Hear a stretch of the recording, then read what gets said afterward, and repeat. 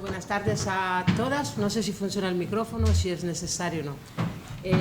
Bienvenidos y bienvenidas y muchas gracias por asistir esta tarde.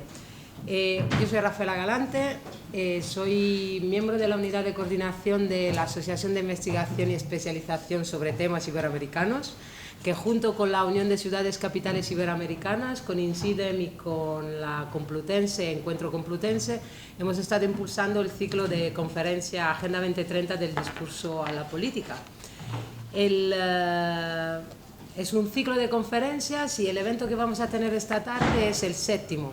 En los últimos meses hemos podido tocar las diferentes temáticas que se están abordando dentro de la Agenda Globales del Desarrollo, la famosa Agenda 2030. Lo que no queremos, y queremos que quede claro, además creo que en todos los eventos, en todos los encuentros que hemos ido organizando nos hemos declarado insumisos, es hacer un seguimiento a cada ODS, entonces organizar una conferencia por ODS ni hacerle el seguimiento clásico a la Agenda 2030, porque en este caso estaríamos traicionando el carácter multinivel e integral que la Agenda 2030 tenía por lo menos en su origen. En esos últimos meses hemos podido hablar de desigualdades con Stefano Prato, con Saskia Sassen, hemos hablado de las desigualdades en las ciudades y de cómo el modelo de desarrollo está expulsando a millones de personas de las ciudades, de feminismo, como no, y de mujeres en las agendas globales con Corina Rodríguez y con Justa Montero. Con Subirati y Rita Maestre hemos ido abordando el grado y la madurez y la calidad de las democracias dentro de las ciudades, y el último evento que tuvimos en marzo con María Ángeles Durán, Javier Barbero y Margarita Baraño, de la ética de las ciudades y del papel que juegan las comunidades. Como decía antes, el objetivo principal de los encuentros 2030 lo lleva en el lema: pasar del discurso a la política. Y el encuentro que vamos a tener esta tarde, que es exactamente dedicado a migraciones, refugio y derecho a la movilidad, creo que es como el ejemplo perfecto para demostrar esa fractura que hay entre el discurso y la política. El discurso es un poco representado por esta Agenda 2030, de cómo se está interpretando y llevando a cabo, donde hasta se le nombra de manera específica las migraciones, el derecho a la movilidad en los ODS, y que además hasta Naciones Unidas está teniendo en cuenta que aplicar realmente los ODS sería una oportunidad para rescatar todo el potencial de desarrollo para las personas que migran y para garantizar el derecho a la movilidad. Por otro lado, otro bonito discurso, esperemos que se lleve a la práctica, es el Pacto Global de Migraciones, que ha sido firmado casi por todos los países. Y luego tenemos la práctica, las políticas que se están llevando a cabo en Estados Unidos, en Europa y en todo el mundo. Y justo en este tema es donde vamos a abordarlo para darle una mirada crítica, para discutir conjuntamente y crear alternativas a esos desafíos que nos están proponiendo las agendas globales. Y por eso tenemos a Fabiola Barranco, que nos va a presentar a nuestros invitados y además guiará el debate, a Riccardo Gatti y a Sara Prestiani. Y con eso mi cometido acaba aquí, dejo la palabra a nuestras invitadas. Bueno, muchas gracias a todas y todos por acompañarnos esta tarde tan gustosa en la calle y estar aquí. Además, en una sala tan solemne, yo os invito a que, si os apetece que estéis más cerquita, pues que estéis, y que sea un lugar de encuentro y de debate lo más amplio posible, ¿no? Yo creo que espacios como estos son los necesarios para hablar de algo tan pues tan vital y tan fundamental en momentos como los que estamos atravesando ahora. Bueno, quizás siempre, pero de una manera especial ahora, así que luego pasaremos al turno de palabra también entre vosotras y vosotros. Bueno, como decía la compañera, efectivamente la Agenda 2030, si bien es cierto que no existe un objetivo específico sobre migraciones que quizás se podría valorar de cara a otra agenda o a otro plan similar, sí que hay, bueno, pues indicadores y metas que aluden, ¿no? Todo lo que conlleva a las migraciones, el refugio, asilo, etcétera. Pero bueno, en esa fractura, como bien decía, entre el discurso y la política, a veces yo creo que la ciudadanía, bueno, pues pesa. Así que por empezar, me gustaría antes preguntar a Sara Prestiani, que y a Ricardo Gatti, que vamos a tener el lujo de poder escucharles, a Sara, porque lleva años, para mí, de hecho, es una gran referente en migraciones, no solamente en Europa, pero también conoces muy bien todo lo que se está hablando tanto ahora otra vez de Libia, de Níger, y que ella misma nos lo puede decir, ¿no? ¿Cuántos años llevas estudiando, investigando, poniendo en el foco y sigue siendo algo de actualidad, ¿no? Por otro lado tenemos a Ricardo Gatti, que él es jefe de misión y capitán, de Proactiva Open Arms, pero es que en Proactiva Open Arms hace de todo, ¿no? El capitán también cocina si hace falta, así que también nos podrá contar toda la experiencia que están teniendo desde esta ONG, que es un claro ejemplo de la criminalización que se está dando de todas la participación civil, ¿no? Digamos, que está luchando contra ese discurso de odio que se está dando. Entonces, recuperando un poco lo que decía al principio, me gustaría preguntaros, no sé si quizás Sara te apetece empezar, perfecto, ¿cuál es la importancia de este tipo de acuerdos internacionales como el que se ha nombrado al principio, como puede ser el Pacto Mundial para la Migración, segura, ordenada y regular? Quería decir el nombre correcto y completo porque también el nombre es importante. Y también qué tipo de alcances tienen este tipo de pactos o de encuentros y de compromisos, sobre todo, entre las propias personas afectadas y los estados. Y si podemos, aunque os estoy haciendo muchas preguntas, luego las podemos repetir, también la participación de gobiernos. Cuando pensamos en gobiernos pensamos en grande, pero también los gobiernos locales tienen una participación muy importante y que de hecho la están demostrando, ¿no? Gracias a los organizadores, gracias a Fabiola para estas preguntas, estas primeras preguntas. Ya para contestar a las primeras que ha hecho, son más o menos 16, 17 años que estoy un poco recorriendo todas las fronteras, tanto interna que externa. Y cuando estoy aquí en España me gusta siempre contar que he empezado trabajando a las vallas de Ceuta y Melilla, mirando los migrantes muertos en el 2004-2005 hacia la llegada de cayucos. Entonces decimos que ese recorrido ha empezado aquí, ha empezado en la frontera sur de España. Por respecto a los pactos, a los convenios, es importante decir que vivimos una época en la cual los pactos, los convenios, y estoy hablando de esto, de la Agenda 2030, pero también de los últimos pactos, pero quiero también hablar de convenios mucho más conocidos desde mucho tiempo, los convenios de los derechos humanos, el convenio de Ginebra, la protección internacional. Todo eso son de manera normalizada y sistemática violado. En el sentido que estamos teniendo políticas, tanto europeas, y yo creo que ahí podemos hacer puente muy parecido entre las políticas de Trump, la política de Salvini, las políticas europeas, en el cual se están llevando a cabo actos y prácticas que cada día violan estos convenios. Se están también violando, yo creo que Ricardo los puede hablar mejor que mí, de convenio marítimo. Un principio muy simple: unas personas en agua se tiene que socorrer. Esto es algo que no se está más haciendo. Lo que se está diciendo también, sobre todo desde Italia, es una persona que está muriendo en agua, se tiene que dejarla morir, o a lo mejor llamar a los líbicos a ver si van a intervenir.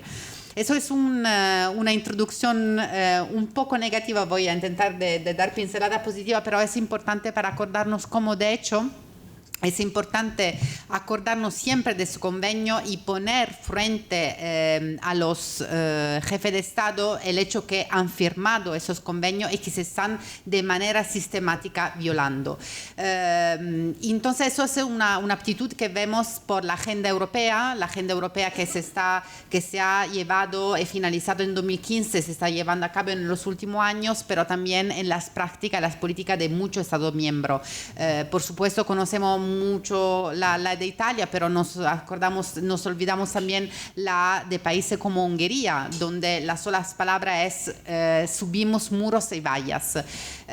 Frente a esto, estamos viendo casi actitudes de insumisión, actitudes de cambios de ruta. Y estos cambios de ruta vienen, por un lado, de la sociedad civil, que yo creo es un poco un lado positivo en este 16, 17 años de trabajo. En el ámbito de la migración se están fortaleciendo, se están desarrollando, están creando redes, pero también, y eso es muy importante, desde la municipalidad.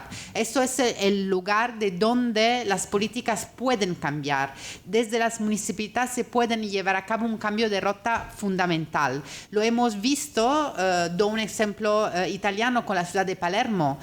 Palermo, en un contexto en el cual no se dejaban ni registrar los solicitantes de asilo en el registro civil, ha dicho: eso no es posible, vamos a hacerlo y vamos a violar las políticas nacionales con una actitud que no es una actitud revolucionaria, es un acto práctico de acogida de los migrantes que están en su territorio, de integración de los migrantes que están en su territorio. Yo creo que ejemplo también como Madrid en los años pasados y Barcelona han dado un cambio muy importante.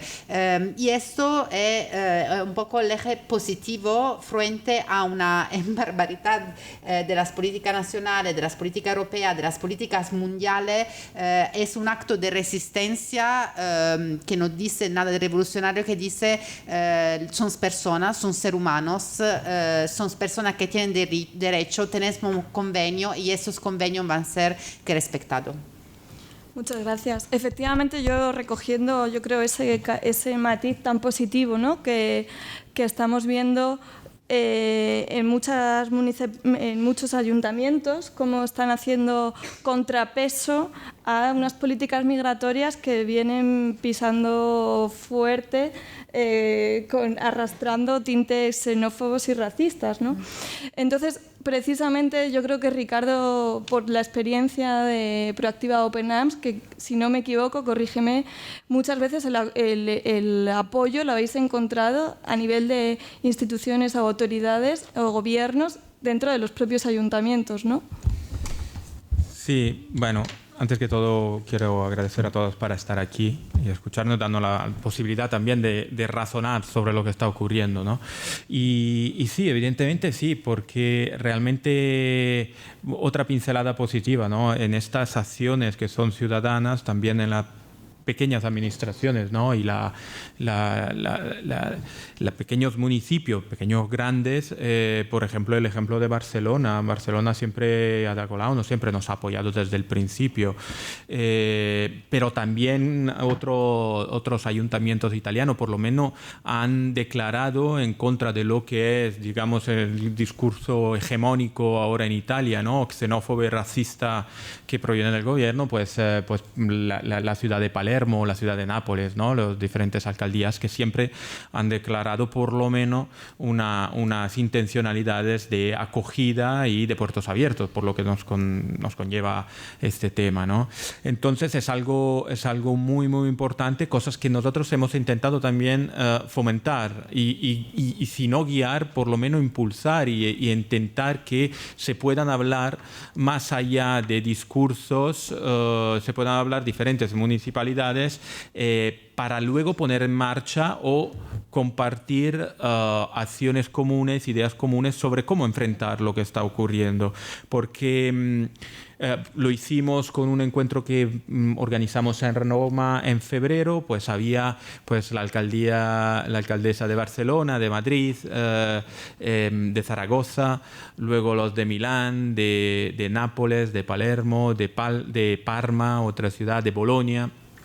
Y de allí lo que hicieron fue no solo dar unas declaraciones de intenciones, que también está bien, sino empezaron a compartir cuáles eran las acciones directas que las mismas alcaldías iban poniendo en marcha en cada ciudad, en cada entorno que tenían, con las posibilidades y debiendo también agotar un poco cuál era cada realidad ciudadana, ¿no? Entonces sí que es totalmente indispensable que se lleve adelante porque, por ejemplo, una los grandes acuerdos que siempre se intentan llevar adelante son difíciles de llevar adelante. Las políticas, las macropolíticas, realmente, desgraciadamente, parece que no solo porque todo lo de Palacio va despacio, sino que realmente hay, supongo, diferentes dinámicas que hacen que bien se ralentice, bien que no sean vinculantes, como el Pacto Global sobre las migraciones, que no es vinculante, y entonces a la hora de la verdad pues da mucho miedo que se pare todo. Entonces creemos, y yo creo personalmente, que es muy importante no solo las acciones ciudadanas como las nuestras, como muchas otras, sino que también pues haya un deber ético institucionalizado, que realmente lo que estamos viendo va de la mano de las municipalidades, ¿no? Bueno, en el ratito que llevábamos ya se ha repetido varias veces. Yo la primera, pues esa fábula de que viene el lobo, que parece que el lobo ya está aquí, ¿no? Que es la xenofobia, el racismo, bueno, lo podemos decir claramente, el fascismo, yo creo. Y que están poniendo un palo en la rueda, ¿no? De todos los avances que, por otro lado, la sociedad civil está haciendo. Pero aún así yo creo que deberíamos tener en cuenta quizás que no nos podemos dar por vencidos, ¿no? Pero para no darnos por vencidos me gustaría que tanto Ricardo como Sara, bueno, si podéis compartir o si alguna reflexión de claves ¿cuál es el papel de la sociedad para combatir todo este movimiento político, esta deriva política que está habiendo? Bueno, las herramientas son múltiples. Yo creo que la primera es muy sencilla, es contar la verdad. ¿Qué significa? Justamente los políticos, para justificar su medida xenófoba, tienen que contar mentiras. Tienen que contar mentiras que empiezan por los números. Toda la agenda europea, de hecho, de cierres de las fronteras, de criminalización de la solidaridad, que empieza en 2015, se basa sobre la idea que oye, han llegado 1 millón de migrantes en 2015, tragedia, invasión, no podemos alcanzar más, no vamos a gestionar las cosas. Ya solo si comparamos, en un ejercicio muy simple, pero vamos a comparar los migrantes que han en el mismo año llegado en Líbano, que es casi más pequeño de un Estado miembro, y nosotros tenemos 28. Son 2.5 millones, lo que sale en Turquía, 3 millones. Entonces ya vemos, comparando los números, que no existe ningún tipo de invasión. Ahora, la política italiana se está focalizando únicamente en la criminalización de los migrantes. Cada día vamos viendo ataque contra la ONG, ataque contra los migrantes, una ley de seguridad que es absolutamente criminalizante. Ahora va a llegar el lunes otra ley de seguridad donde ya solo por dar un ejemplo, vamos a hacer venir policía secreta de países de origen para que se controle el origen de los migrantes. Bueno, un imaginario de guerra verdadero. Y todo esto frente a algunos centenas de migrantes que están llegando. Entonces, todo el esfuerzo del discurso político frente a muy poca persona que de hecho está llegando. Esto claramente está justificando a nivel político una voluntad muy clara de esconder los fracasos que se están llevando desde años en política económica, política de welfare, política de economía social y todo eso. Es una manera para decir, italianos, europeos, españoles, no os pensáis a los verdaderos problemas y concentráis, tenéis un enemigo, es el migrante. Yo creo que nuestro papel es contar que ese enemigo no existe, que estas cifras que son datas son cifras falsas si comparada con otro Estado, que no existe ninguna invasión y que el discurso de odio, porque estamos de verdad desarrollando desde muchos medios y también desde muchas partes de la población el discurso de odio, son discursos que son basados sobre imaginario y ya creo que cada uno los puede escuchar por la calle. Entonces ya eso es un primer eje. Si vamos más allá, yo creo que está una actitud también de contestación que es necesaria. Nosotros como ONG, como asociaciones, con otras asociaciones, estamos, por ejemplo, llevando a cabo un trabajo de denuncias jurídicas. El ejemplo que vosotros habéis escuchado seguramente de recurso a la Corte Penal Internacional en el cual se ponen nombre, cara de las personas que son acusadas de crímenes contra la humanidad sobre lo que está pasando en el Mediterráneo, llevar a cabo las cuestiones de las migraciones a las Cortes Penales Internacionales, eso es una acción muy importante, muy fuerte, que permite de dar una verdadera cara a lo que está pasando. No es una invasión, es una violación sistemática de los derechos humanos. No es una invasión, es una hecatombe que se está llevando a cabo en nuestro mar, en nuestra tierra, alrededor del territorio. No es una invasión, es lo que se decía antes, ¿no? Una normalización de olvido generalizado de los convenios que cada Estado miembro han firmado. No es una invasión, es crimen contra la humanidad. Yo creo que cambiar esta narración, contar las verdades de los fenómenos. Y ya solo para acabar, porque yo creo que podemos estar aquí meses contando acción necesaria, es un poco contar, hemos hablado de número, hemos dicho, es muy importante acordar que no es una invasión y que los números son distintos y que tienes que estar relacionado, pero también es muy importante, y yo creo que es la primera cosa que hacer, es contar que no son números, son mujeres, hombres, niños, y yo quiero acordar que son niños porque de verdad los últimos barcos que se ha casi perdido en el Mediterráneo llevaba muchísimos menores.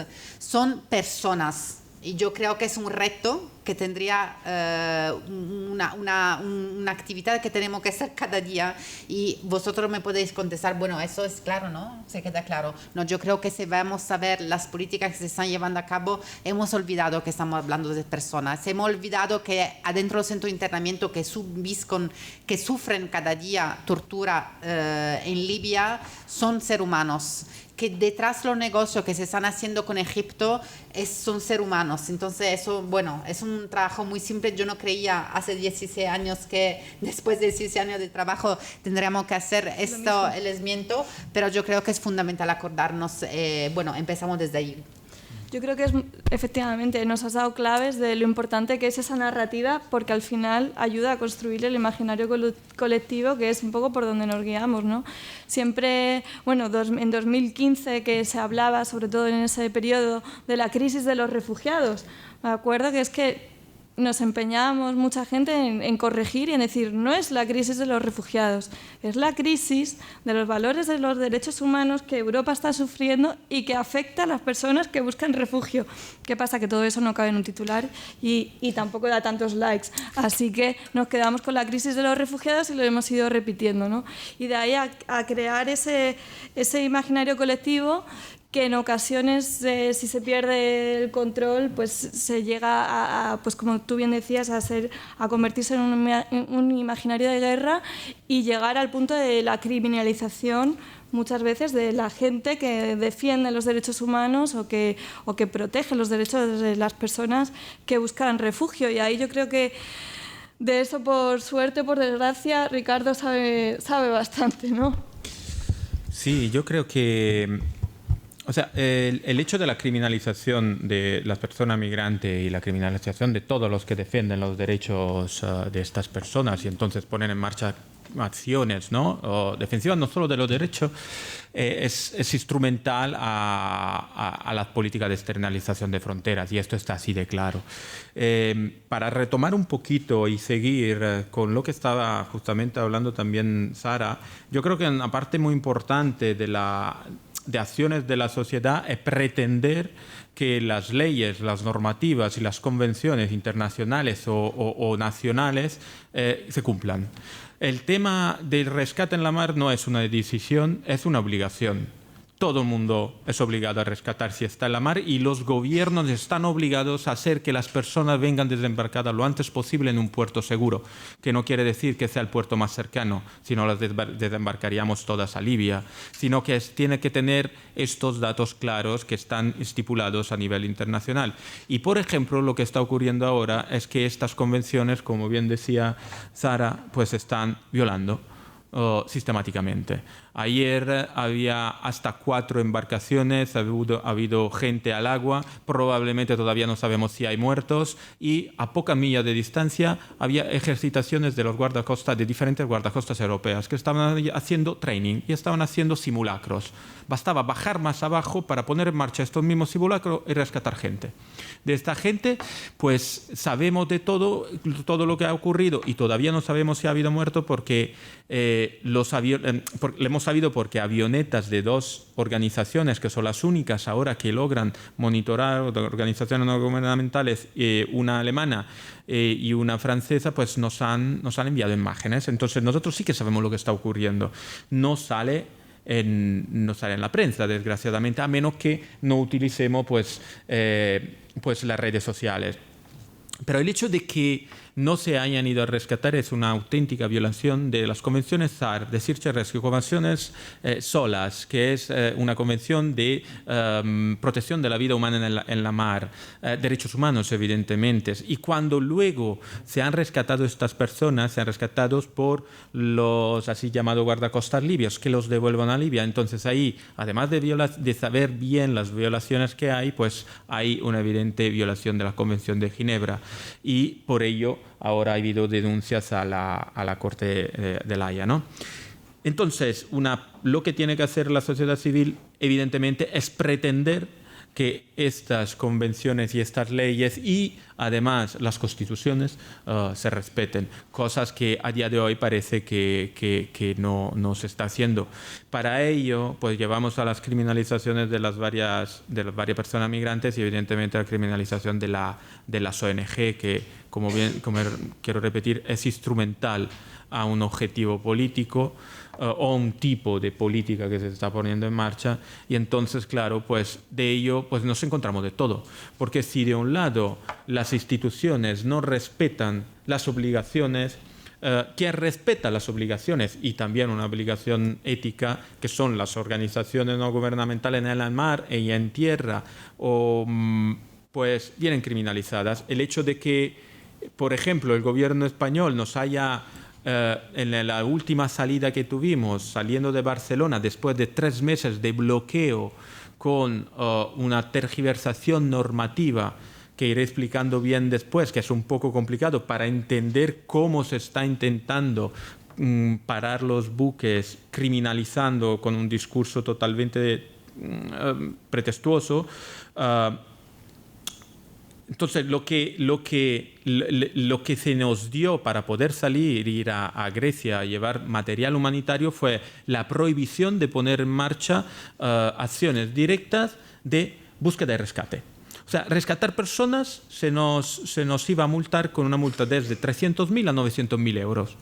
Evidentemente, esto es un abuso institucionalizado. Antes de ello, tuvimos parado el barco 3 meses en Barcelona y el motivo para no autorizar, no estaba bloqueado, pero para no autorizar la salida, y se necesita una autorización de la autoridad portuaria, era que con lo que los gobiernos italianos y malteses están violando la normativa internacional que obliga a los gobiernos a que las personas vengan desembarcadas lo antes posible en un puerto seguro, y siendo Italia y Malta los puertos seguros al cual se llega lo antes posible, con lo que ellos no lo están haciendo, vosotros, si vais a rescatar, os vais a encontrar en una situación que no podéis desembarcar estas personas, según obligación, lo antes posible en un puerto seguro. Con lo que estáis violando esta normativa, que os obliga a desembarcar lo antes posible en un puerto seguro. Con este motivo, pues nos han tenido bloqueado el barco 3 meses, nosotros hemos hecho recurso y se ha entrado en un silencio administrativo con el cual están jugando. hemos estado 3 meses bloqueados en el puerto de Barcelona y hemos podido salir luego solo para llevar material humanitario a Grecia. Pero antes de ello, pues hemos visto cómo el buque de Sea-Watch ha estado bloqueado en Malta durante 2 meses sin ni siquiera recibir ninguna explicación. Simplemente no le daban la autorización a salir. Luego hemos visto cómo, bueno, pues en cada rescate que estamos llevando adelante desde hace 2 años hasta ahora, pues cada desembarque pues se retrasa muchísimo y luego pues empiezan investigaciones. Todas las investigaciones que han sido abiertas por diferentes fiscalías italianas han caído en nada. No hay ninguna persona acusada, no hay ninguna persona que ha sido enjuiciada. Estamos todas bajo investigación. Nos han bueno, pues denunciado o investigado por asociación delictiva criminal finalizada a la inmigración clandestina. Y en Italia esto es un delito punible por con 15 años de cárcel y hasta 15.000 euros por migrantes que teníamos a bordo. La cuenta salía a 3.270.000 euros de multa por cada persona que estaba investigada y eran 3. Estas causas o estas investigaciones han sido cerradas y han decaído. Pero lo que se está haciendo son acciones de este tipo, ¿no? Entonces, si de un lado, repito, pues no se cumplen obligaciones, del otro se tergiversan administrativamente o con todos los medios necesarios, pues el hecho de poder llevar adelante unas labores que son obligaciones, porque nosotros, claro, el foco siempre está en el tema de rescate, pero nosotros no somos, nosotros no nos dedicamos solo a rescatar. El rescate es una obligación. Nosotros somos allí para defender los derechos humanos en la mar, para testimoniar lo que está ocurriendo y para también poner en marcha, pues bueno, lo que es la protección por presencia. Porque, ¿qué está pasando? Europa está pagando a través de Italia los guardacostas o estas milicias libias, donándoles barcos y para que ellos hagan un trabajo sucio, o sea, para que se cree una barrera, entonces las personas que intentan huir de Libia vengan interceptadas y vengan de vueltas a Libia. Está documentado y demostrado cómo en los mismos guardacostas libios hay gente de bien, pero luego hay ex oficiales de Gaddafi, hay criminales, hay terroristas, hay traficantes, hay los mismos traficantes de personas que luego sacan las personas de los centros de detención, que son además los centros declarados y conocidos, los sacan y los devuelven dentro en este circuito de tráfico de personas. Todo ello está demostrado. Entonces, cuando nosotros estamos allí, este trabajo es un poco más difícil de hacer, porque evidentemente lo testimoniamos, ¿no?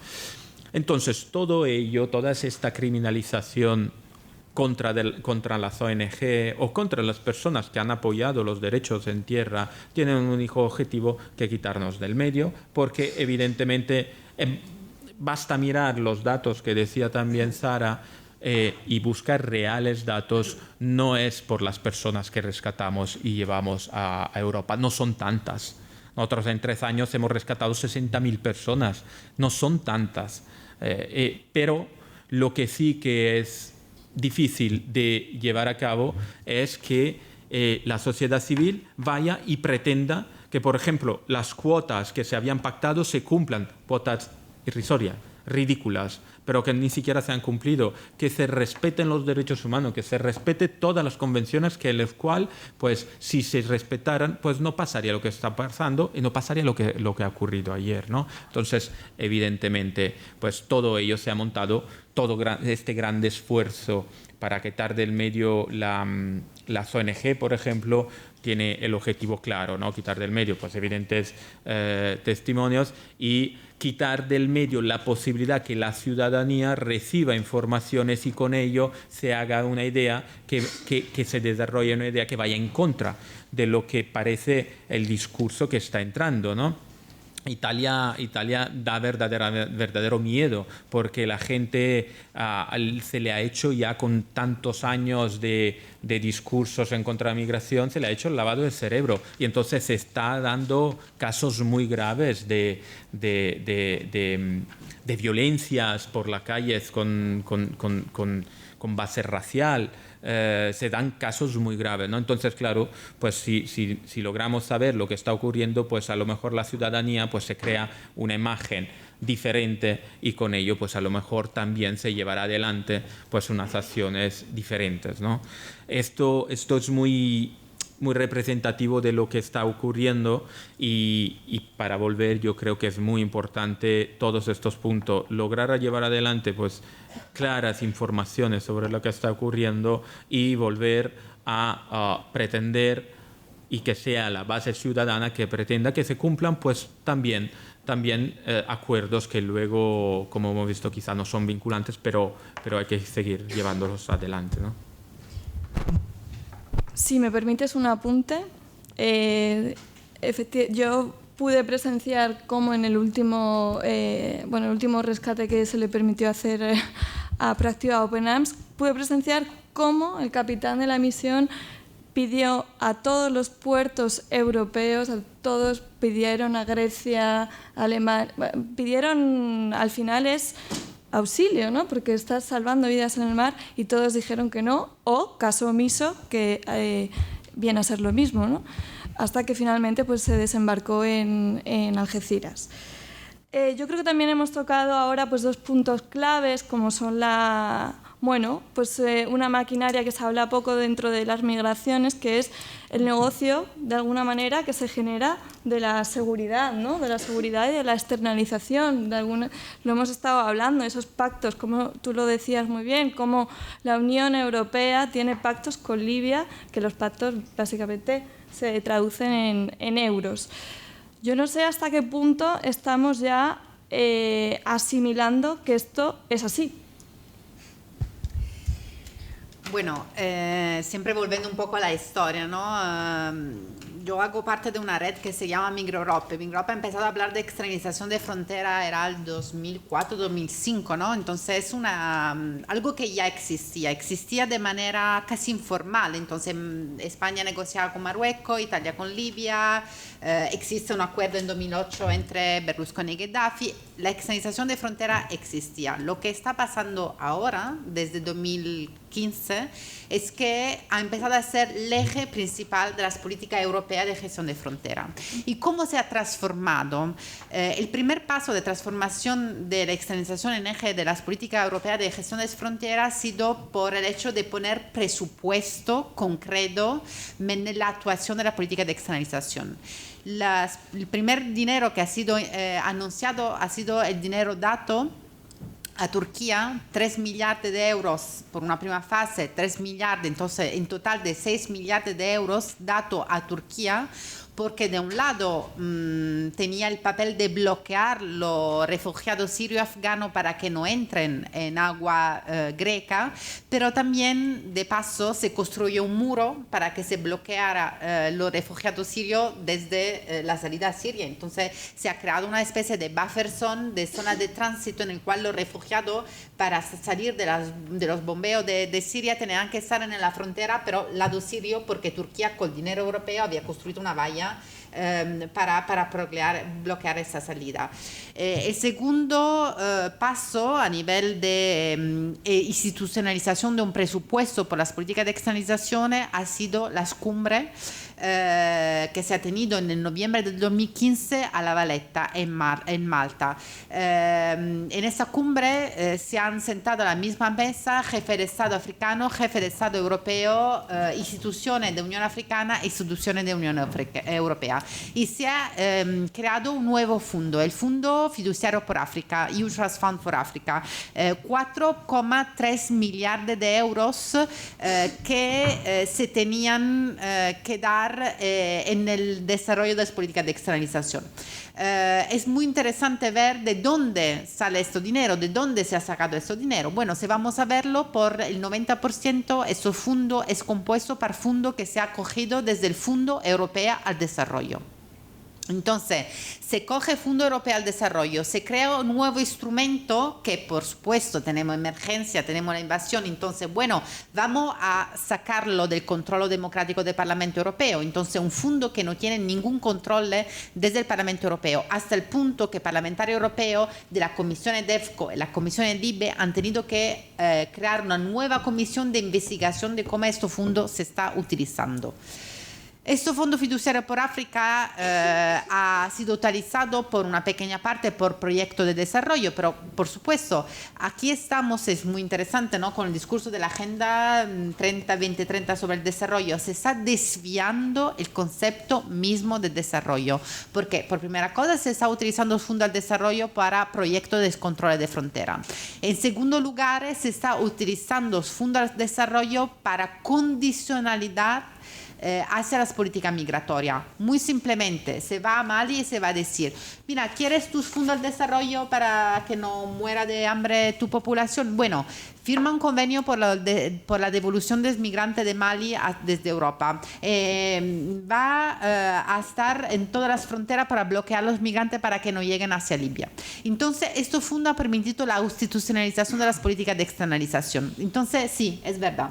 La externalización de frontera ahora es la realidad más, el eje más desarrollado, porque también existe un fondo específico.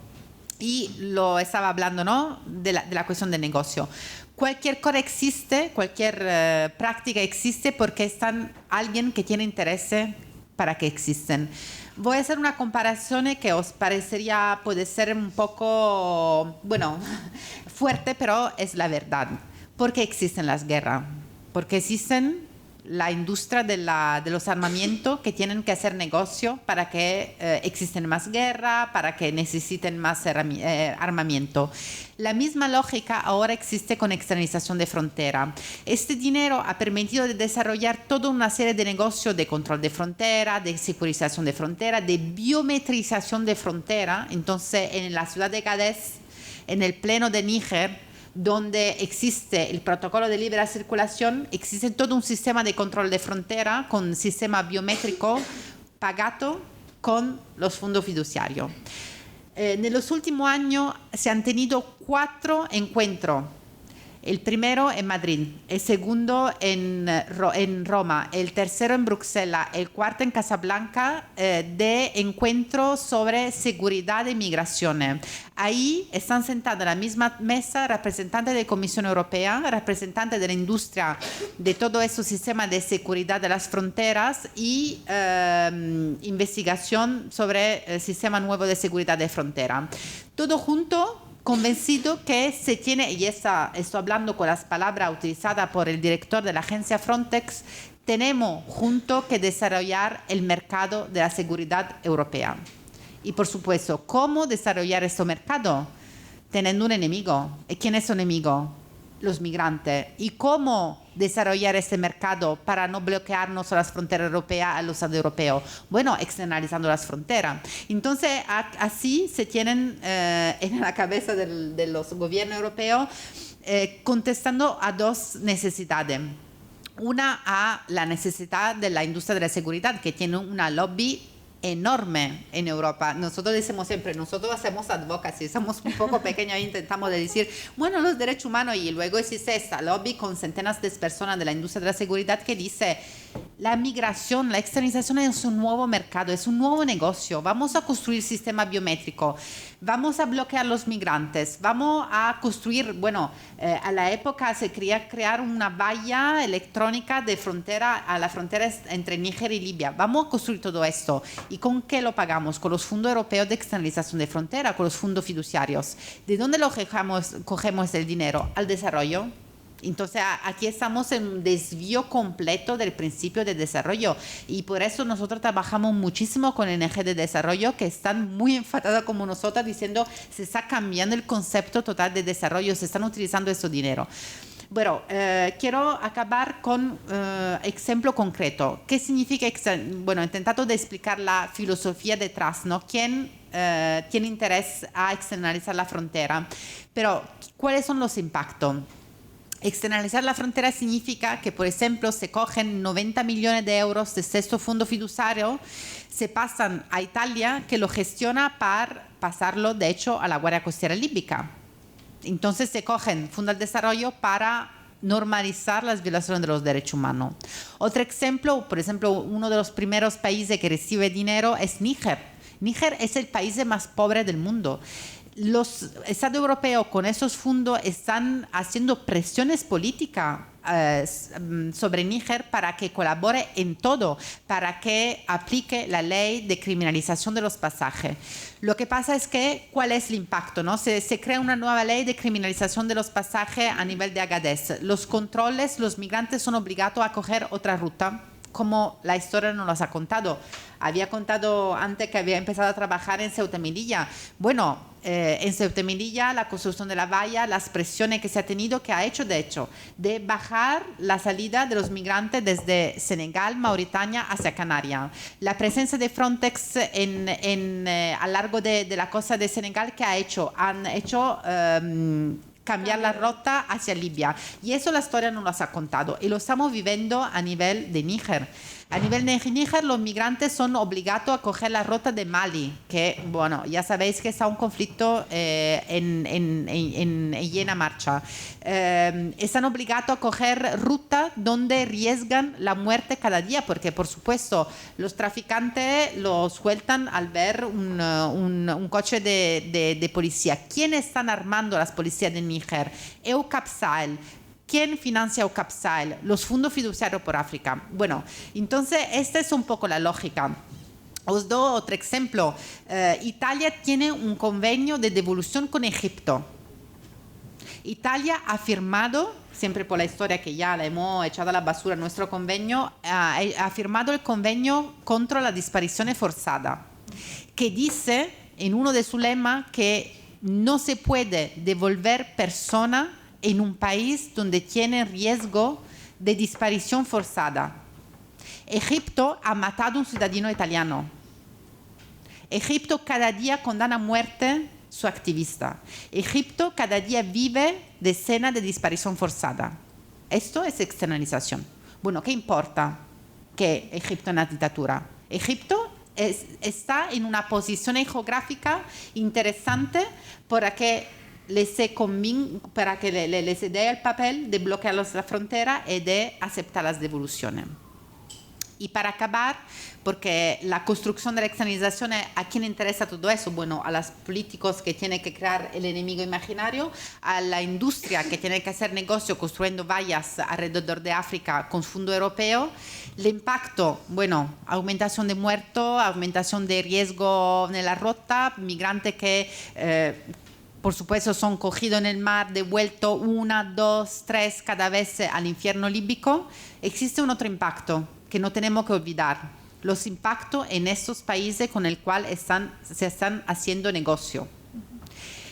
Europa ha vendido con estos 3 millardos de euros el silencio cada la deriva dictatorial de Erdogan en Turquía. Porque con la colaboración se dice, bueno, colabora con los migrantes y nosotros nos olvidamos de decir que Turquía está en una deriva dictatorial. Egipto, la misma cosa. El gobierno de Sarraj y Haftar se están jugando sobre las vidas de los migrantes el papel de diálogo con la comunidad internacional para poder tener el control del país. Estamos negociando con un país que ni tiene el control, con gobierno que ni tienen control de su país en nombre de la externalización de frontera. Y también Níger es una frágil democracia que necesita apoyo, que necesita desarrollo, no necesita presión política para que transforme a Agadez, que es una de las regiones más pobres, en la región militarizada de Europa. No necesita Mali a que se hace, de hecho, que los pasajes se van por el norte dando más y más dinero a quien controla el territorio. Y voy a acabar con un ejemplo de grande actualidad: Sudán. Sudán existe una revolución en curso, una revolución civil, después que el pueblo sudanés ha intentado echar a Omar al-Bashir. dictador sudanés que tenía 2 mandatos de arresto a la Corte Penal Internacional por crímenes contra la humanidad por lo que ha pasado en Darfur. Bueno, Omar al-Bashir es uno con el cual Unión Europea e Italia tenían un acuerdo de control de las fronteras. Omar al-Bashir, para justamente hacerse ver, comprar este apoyo de la Unión Europea, ha puesto él mismo con su dinero una nueva fuerza de control a la frontera con Libia y la frontera con Eritrea. Los Rapid Support Force, las milicias Janjaweed, muy conocidas en la época de Darfur, las puestas a nuevo controladores de frontera. Eso era el 2006-2017. Hoy mismo, si os vais a ver en los periódicos quién está matando a las poblaciones en la revuelta civil, bueno, son los Rapid Support Force. Lo mismo que se han desarrollado, crecido, que han sido empujados como controladores de la frontera en la lógica de externalización de frontera. Ahora son tan empoderados que están tentando de recuperar el poder de una revolución pacífica y ciudadana. Los Rapid Support Force, las milicias Janjaweed, lo que nosotros desde muchos años estábamos denunciando porque eran el brazo armado de Omar al-Bashir en el negocio con la Unión Europea para bloquear los eritreos, los refugiados eritreos para que no llegaran a Libia. Bueno, son algunas pinceladas, son algún elemento, pero es importante acordarnos, la externalización de fronteras es un problema por los migrantes porque se violan los derechos humanos, es un problema por los países africanos, es un problema muy verdadero por nuestra democracia europea, porque si se crea un fondo que van fuera del control democrático del Parlamento Europeo, si se desvía el concepto mismo de desarrollo, ese es un problema para nuestra democracia también. Entonces yo creo que estamos todo muy, en alguna manera, tenemos que ser muy preocupados por lo que está pasando en este nuevo eje desarrollado de las políticas de externalización de fronteras. Muchas gracias. Yo creo, Ricardo, que querías decir algo al respecto. Sí, solo dar un ejemplo de lo que está ocurriendo en la mar, porque, por ejemplo, ¿no? Los acuerdos se han hecho siempre con al-Sarraj, que de Trípoli. La creación de esta milicia a través de unos acuerdos con tribus locales para lograr una milicia que luego se haya llamado guardacostas libios, pues ha funcionado hasta hace poco. Porque, por ejemplo, desde cuando han empezado los bombardeos en Trípoli, hay algo un poco distónico. Cómo se están bombardeando Trípoli, evidentemente no teniendo ni siquiera buques independientes de ONG, no se sabe ni siquiera lo que está ocurriendo ahora en Trípoli. Mirad cuando un buque de cualquier ONG logra estar ahí, como empiezan a aparecer también noticias sobre lo que está ocurriendo en Trípoli o en Libia, mientras ahora parece que de la guerra que está pasando allí no se habla mucho. Y entonces, ¿qué ha pasado? Cuando han empezado a bombardear, evidentemente, pues estos guardacostas han dejado de interceptar personas que estaban huyendo de allí, botes de personas migrantes. Justo después han empezado a funcionar otra vez. Entonces hay algo un poco distónico, cómo es posible que en tierra haya bombardeos y las fuerzas en la mar se estén encargando de interceptar de interceptar personas que están huyendo, además de lo que está ocurriendo allí, ¿no? Entonces, de allí ya se ve como probablemente hay más acuerdos monetarios que están llegando, más fondos que no están muy claros. Otra cosa, y otro ejemplo bastante claro, es que si vemos más al oeste de Trípoli hay una ciudad, Zuara, donde había otras guardacostas, otras milicias, que después de la caída de Gaddafi fueron las milicias que se fueron fuertes y lograron controlar, digamos, pues los puertos y las varias embarcaciones de los que antes eran de guardacostas. Allí hay un tal Villa se le llama, sobrenominado, que estaba encarcelado y además está buscado a nivel internacional por crímenes contra la humanidad, controla tráfico de personas, tráfico de petróleo y de un día para el otro fue librado, y es quien ahora se está encargando de interceptar, de hacer el trabajo que supuestamente antes lo hacían los de Trípoli. Ellos están haciendo este criminal, evidentemente no lo está haciendo a gratis, no lo está haciendo por libre, no lo está haciendo para para un beneficio personal suyo simplemente porque quiere interceptar gente y las quiere retener allí. Evidentemente lo está recibiendo también fondos que habría que investigar y pedir cómo es posible que se estén desviando fondos en manos de auténticos criminales. Sara nos ha explicado muchos casos y yo quería llevar adelante estos casos porque estoy viendo cuando en las comunicaciones que tenemos con las varias ONG, por ejemplo con las varias ONG que están sobrevolando, voy mirando dónde están interceptando las varias embarcaciones de personas migrantes y de allí hemos ido resaliendo y hemos encontrado que quien está operando allí es Villa con su grande fuerza miliciana. Y hemos entendido todo ello y luego hemos encontrado noticias sobre cómo ahora ya no está en la cárcel, ¿no? Y esto es un poco lo que está ocurriendo. Para volver a tomar, yo creo, también un punto muy importante, no hay solo que poner el foco de lo que está ocurriendo allí, pero hay que utilizar todo lo que está ocurriendo allí para volver en nuestros países europeos, porque es muy grave lo que está ocurriendo, que se esté dando una representación totalmente falseada de lo que es la realidad y esto evidentemente crea unas condiciones aquí bastante críticas sobre los derechos que luego pues vienen pisoteados también en nuestras supuestas democracias, ¿no? Muchas gracias. Yo creo, si os parece bien, quizás podemos empezar ya la ronda de preguntas, que me imagino que después de este rato tan didáctico también y que sin duda nos habrá invitado a reflexionar, bueno, pues podamos compartir dudas.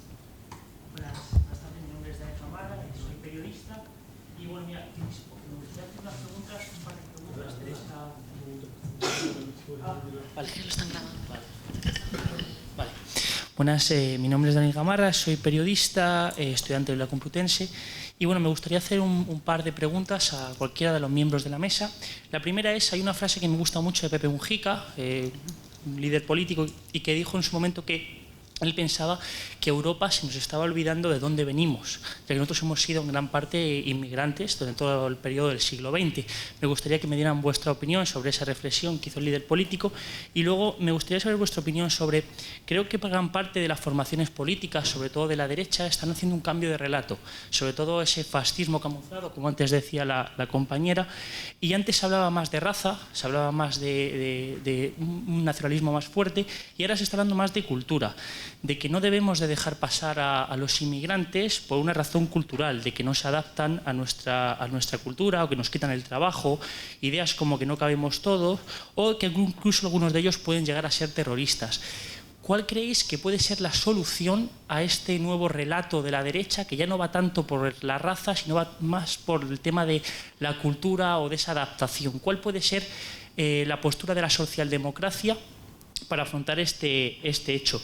Y luego, ¿creéis que, por último, la última pregunta, ¿creéis que incluso hay algunas formaciones socialdemócratas, como se está viendo en Dinamarca, por ejemplo, que están adaptando esa filosofía de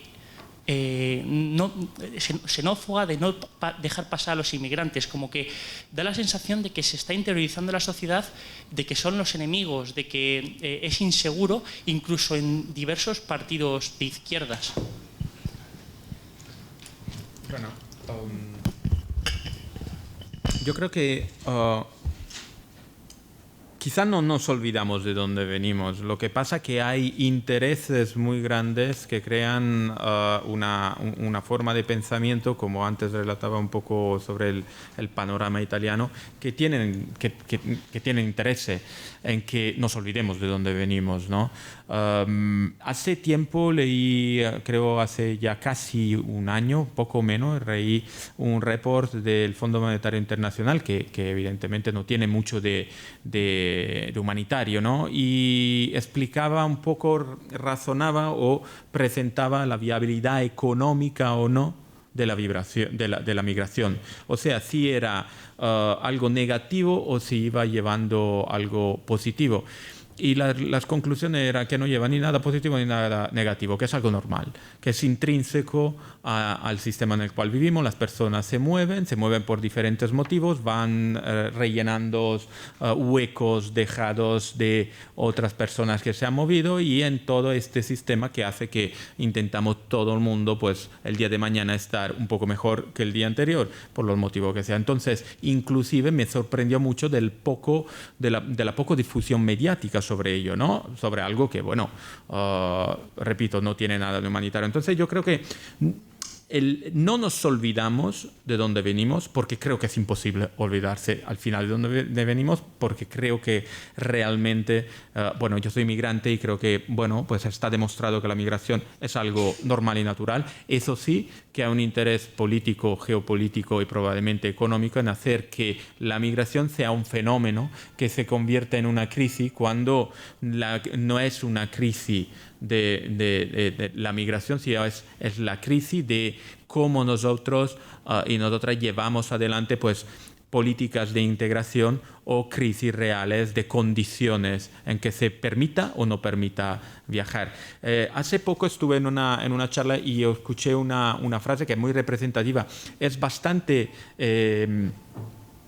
representativo de todo ello, es como se fomenta y se premia el viajar por placer y se criminaliza el viajar por necesidad, ¿no? Regalan viajes para gente que vaya a viajar de placer, con puntos. No lo sé si es así, pero supongo, no sé si en el Corte Inglés o otras grandes superficies se pueden ganar premios, ¿no?, para viajar por placer. Pero si alguien necesita viajar y por necesidad escapa de todo lo que es que pueda crear una necesidad, pues se criminaliza. Entonces, yo creo que no nos olvidamos de dónde venimos, pero sí que hay interés en que nos hagan olvidarlo.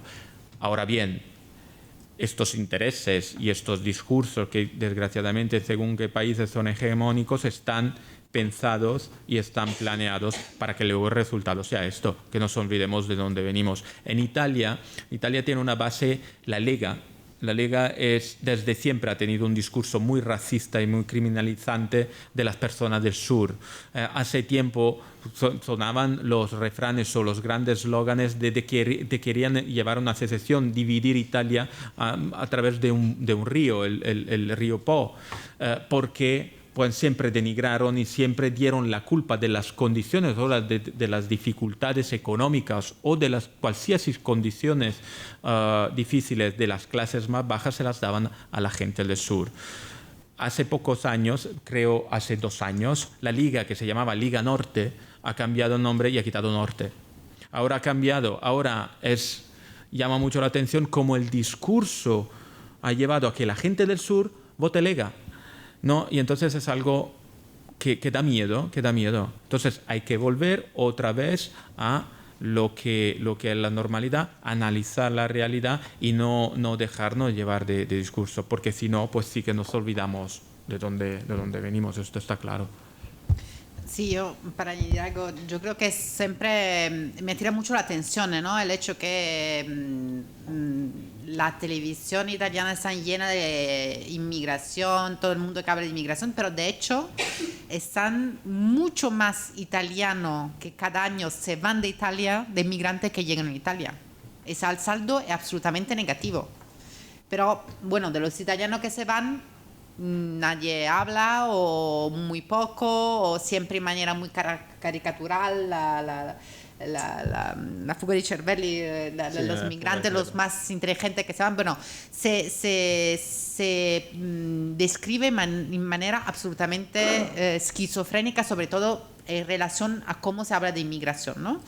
Entonces, bueno, yo creo que en parte existe esta cuestión de pasar de generación, en alguna parte, sí, de olvidar un poco, o de decir, ¿no?, la frase que se escucha siempre en Italia, de decir, bueno, nosotros estábamos ahí por otra cuestión, por otra razón, estábamos buscando trabajo, bueno, como sé lo que llegan ahora, no. Entonces, existe también una manera de contar estas cuestiones muy, muy, muy rara.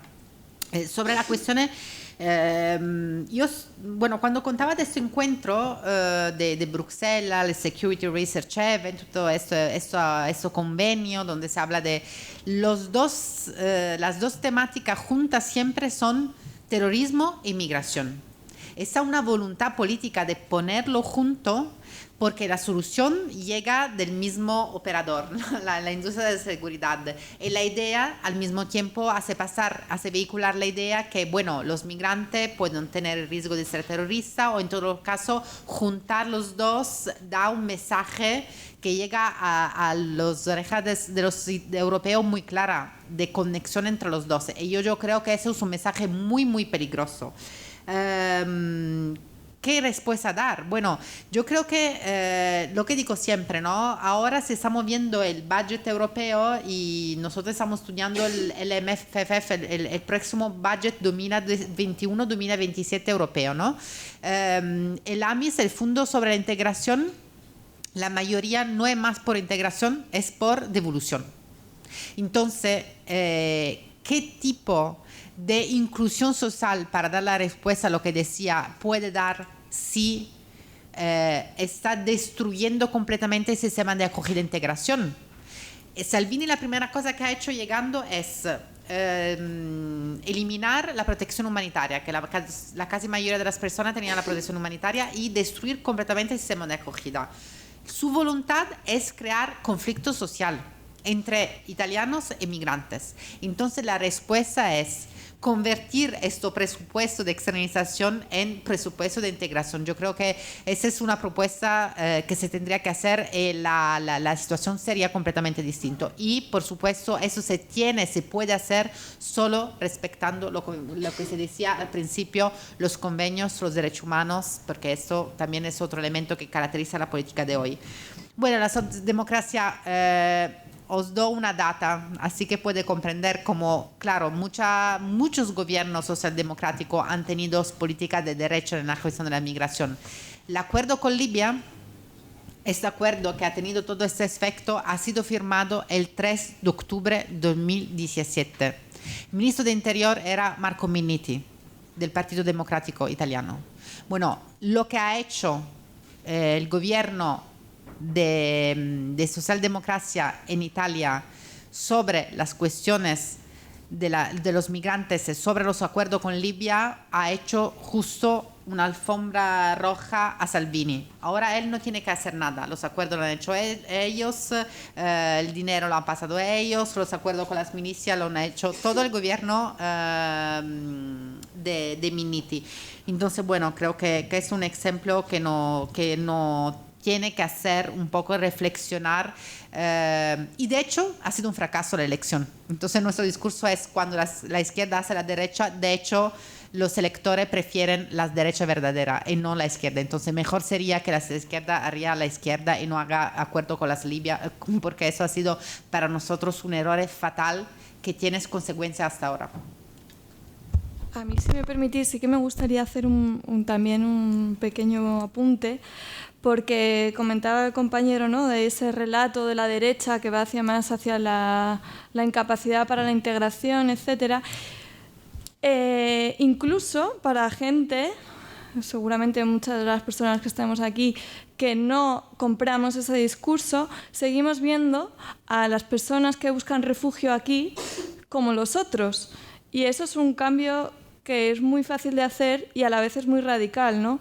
Ver a la gente que llega, que es como nuestros vecinos y como nuestras vecinas. Y es un símbolo, y que además eso implica un gesto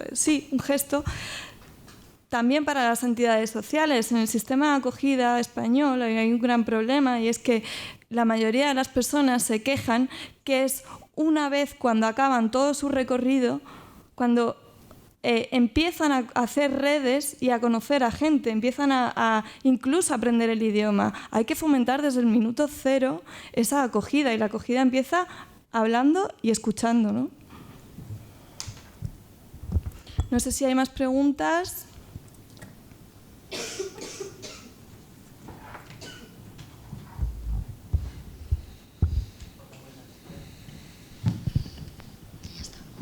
Hola, buenas. Yo tenía una pregunta, que es cómo se puede aunar la sostenibilidad con los movimientos migratorios, porque vosotros habéis comentado que, en primer lugar, las políticas que se deben tomar son los convenios que se están llevando a cabo, bueno, que se están incumpliendo, pero ¿qué otro tipo de medidas se podrían hacer? para una sostenibilidad y movimientos migratorios? Bueno, yo no soy experto, entonces evidentemente quizá me equivoco, pero es que a Turquía se les dio 6.000 millones de euros. A Libia ya no se sabe cuánto se le ha dado. A Marruecos no sé cuánto se le está dando. Entonces, invertir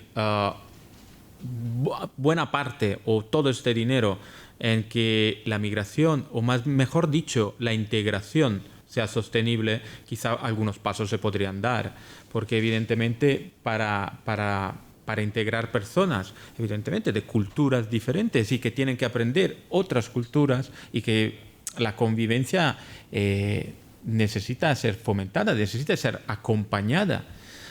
Quizás se podría llevar a algo sostenible. Evidentemente ahora es insostenible, pero no económicamente. El coste humano es insostenible lo que se está haciendo. Es que no es posible que lo que ha pasado en Roma. En Roma, de repente, 17.000 personas han sido puestas en la calle de un día para el otro. No es posible que personas no reciban pues, lo mínimo para poder empezar a integrarse. No es posible que personas lugareñas no reciban informaciones verdaderas. No es posible que no se reciba formación sobre cómo interactuar. Es una responsabilidad institucional esto, porque es algo inevitable. Y si no, lo que ocurre es que todo va en detrimento de al final, pues, quién son las personas, los ciudadanos y las ciudadanas, y evidentemente las personas migrantes, porque al final no son solo personas que necesitan por lo menos el primer apoyo, sino son personas sin voz. Aquí hablamos de inmigración, estamos hablando nosotros. No están ellos hablando, porque no tienen la posibilidad. ¿Dónde están? Porque claro, vienen utilizados de una manera muy instrumental a crear pues, el enemigo, a crear el desconocido, a crear situaciones problemáticas, porque tantas miles de personas en la calle crean problemas sociales. Entonces, es insostenible lo que está ocurriendo, y es insostenible como se estén sistemáticamente violando los derechos, y los derechos humanos son derechos de todas y de todos, no son derechos suyos. O sea, el hecho de que estemos hablando de violaciones de derechos humanos en nuestro país es increíble. Yo a veces hago el ejercicio de dar un paso atrás, intentar mirarlo un poco con perspectiva, y me cuesta porque estoy metido mucho dentro, pero me parece increíble que tengamos que partir de la pretensión de que se respete, que nuestro gobierno respete los derechos humanos de las personas migrantes y nuestro. Me parece totalmente increíble. Entonces, claro, a veces habría que llevar el discurso e intentar, pues, hacer un ejercicio de llevarlo a la superficie, de que sea casi superficial el discurso. Oye, que no demos dinero para que les maten, que el dinero pues lo utilicemos por lo menos para ayudarles y para que se integren, y luego ya veremos, ¿no? Pero evidente que lo que está haciendo está totalmente mal.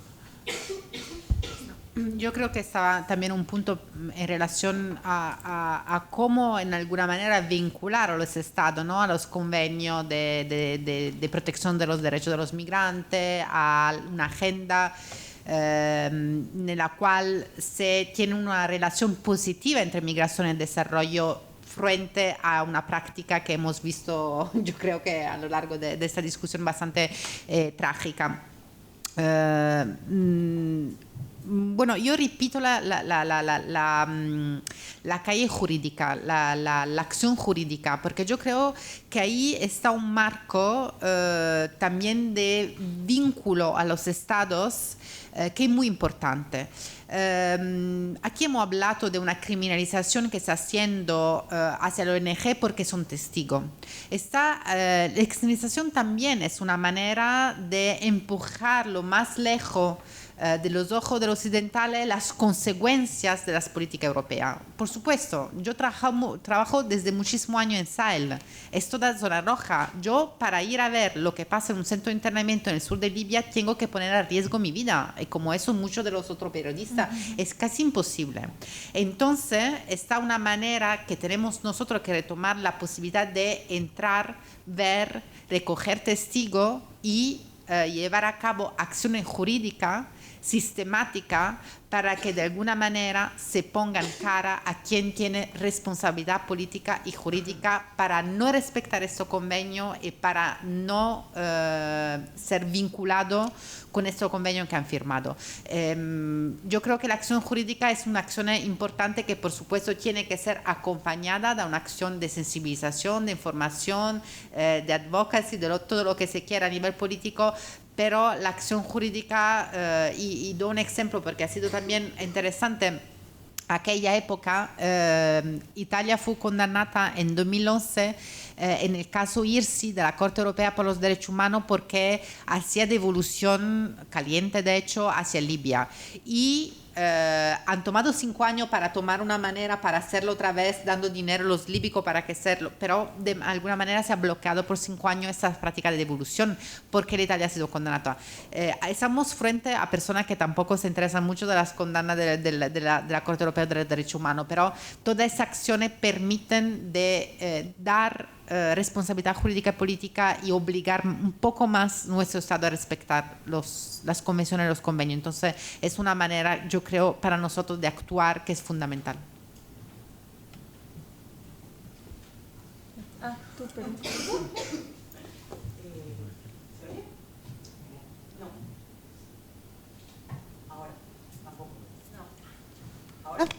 Sí.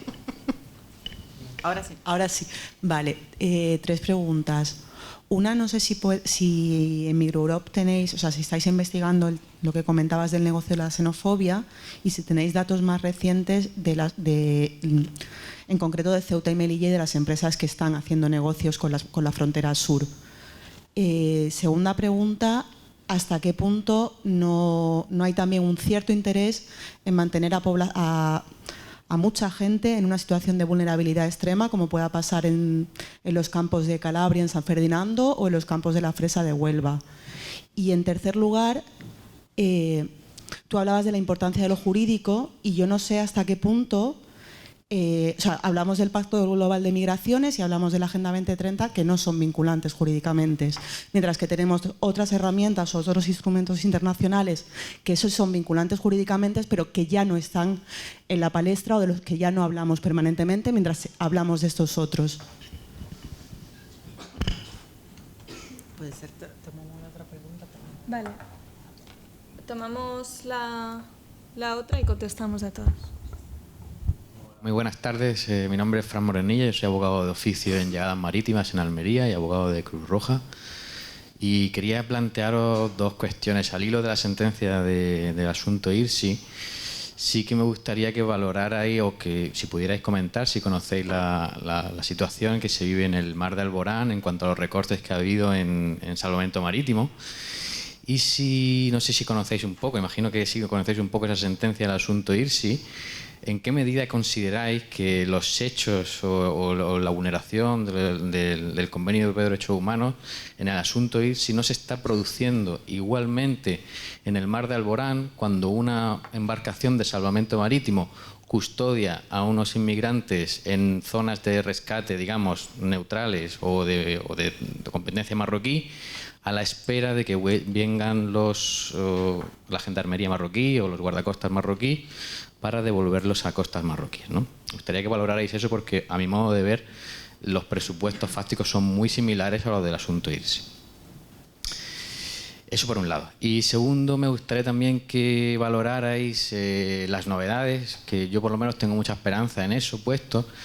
A principio, bueno, a mediados de 2018, finales de 2018, creo recordar, en el Parlamento Europeo, creo que fue una iniciativa del Partido Socialista, liderada por Juan José López Aguilar, donde se planteaba la posibilidad de trabajar en los visados humanitarios, ¿no? Y finalmente creo que se aprobó por una mayoría importante, lo cual se trató como algo histórico, al menos eso fue lo que nos llegó a través de los medios de comunicación. Y bueno, ahora la pelota la tiene la Comisión y veremos a ver por dónde sale. Sí que me gustaría que valorarais eso, y al hilo de esta última cuestión también me resulta esperanzador, y aprovechando que tenemos compañeros de Italia, que me gustaría que valorarais una sentencia del Tribunal de Roma de febrero, que es de 2019, en la que se obliga al Estado italiano a emitir un visado humanitario a un menor nigeriano que se encontraba en Libia, ¿no? Entonces, yo creo que son cuestiones esperanzadoras.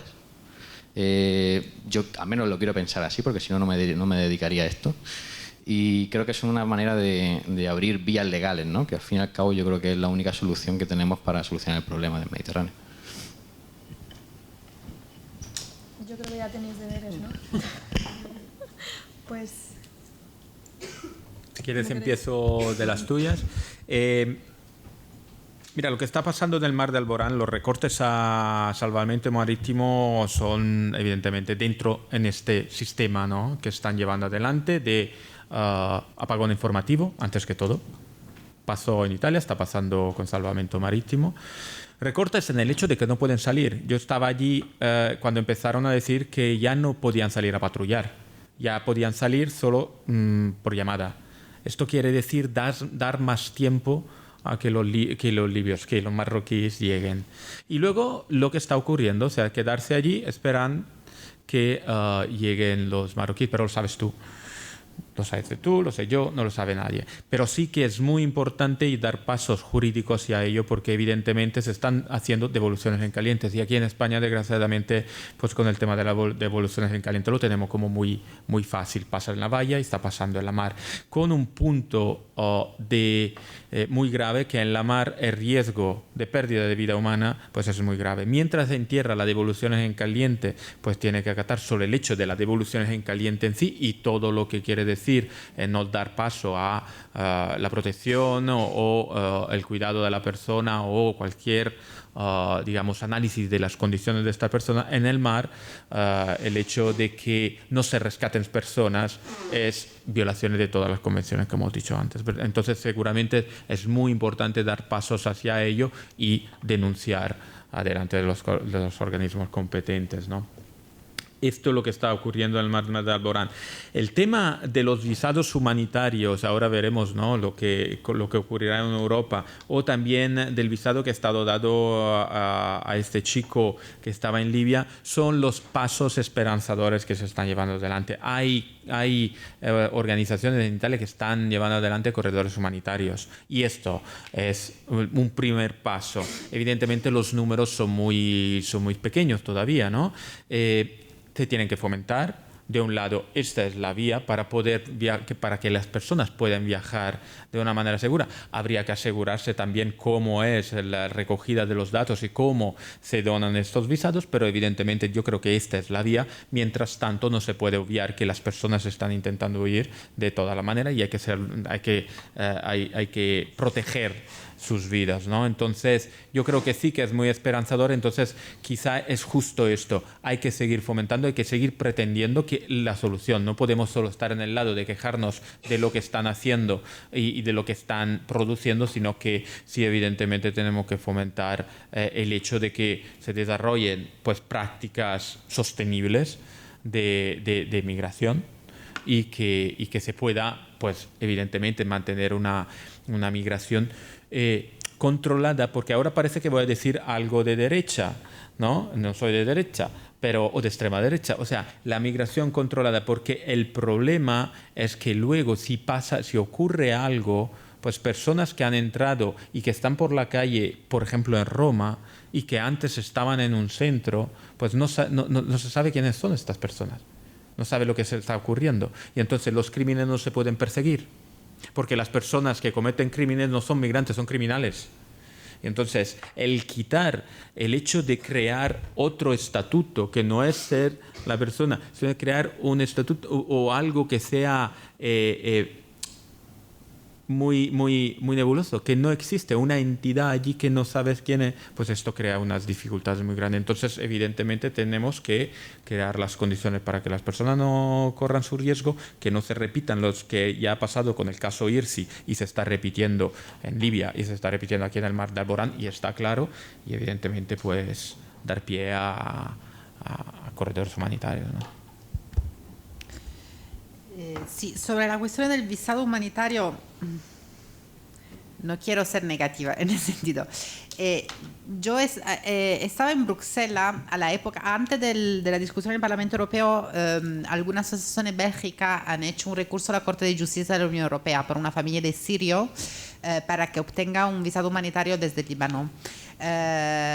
Y me acuerdo los días que tenía que llegar a la Corte de Justicia, que no ha sido al final no ha tenido tan coraje, tenían un miedo porque se habría tenido que institucionalizar la utilización del visado humanitario. Eso lo digo porque ahora esta discusión va a ser llevada en diálogo tripartito con la Comisión Europea y con el Consejo.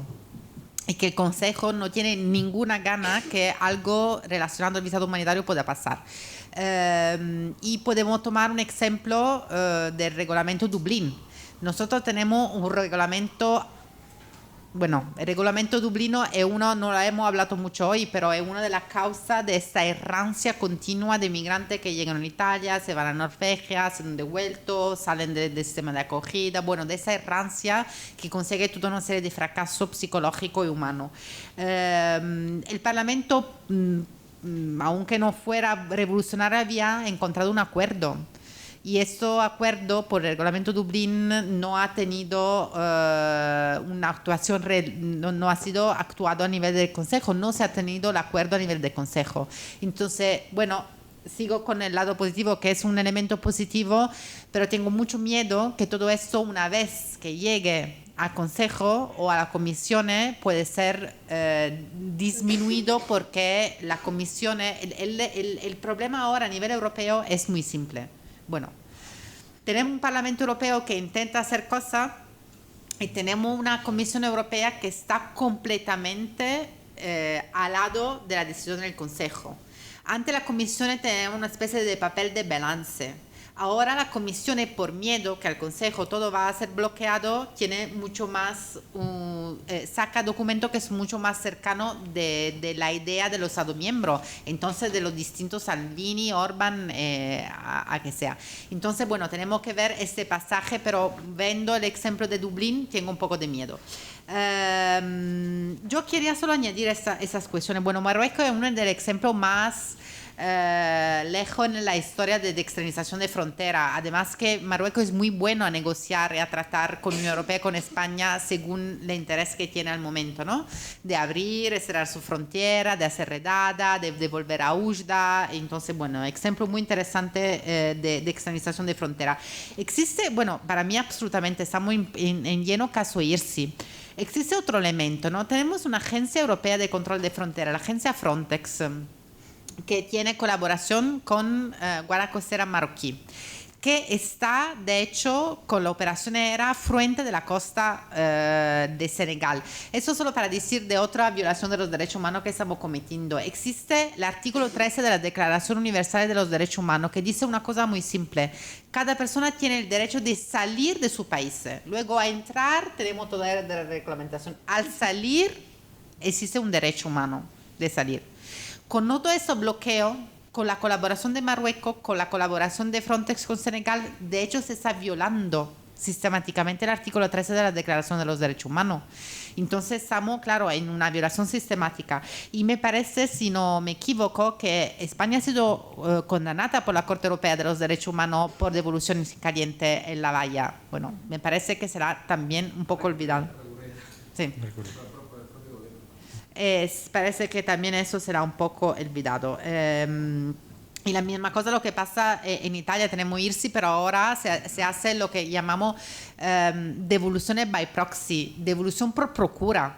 En el sentido, Italia tiene la responsabilidad de la devolución y por procura le pasa el dinero y los medios para hacer devolución a los líbicos. Entonces existe la nueva frontera de la devolución por procura. Pero ya, claro, estamos en una fase de violaciones de los derechos continuo también en esa frontera.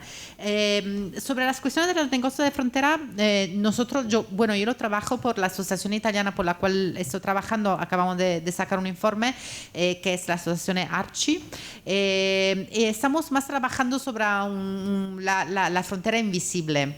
En el sentido, ahora sí vamos a ver todo eso fondo fiduciario y qué proyectos de gestión de frontera están apoyando.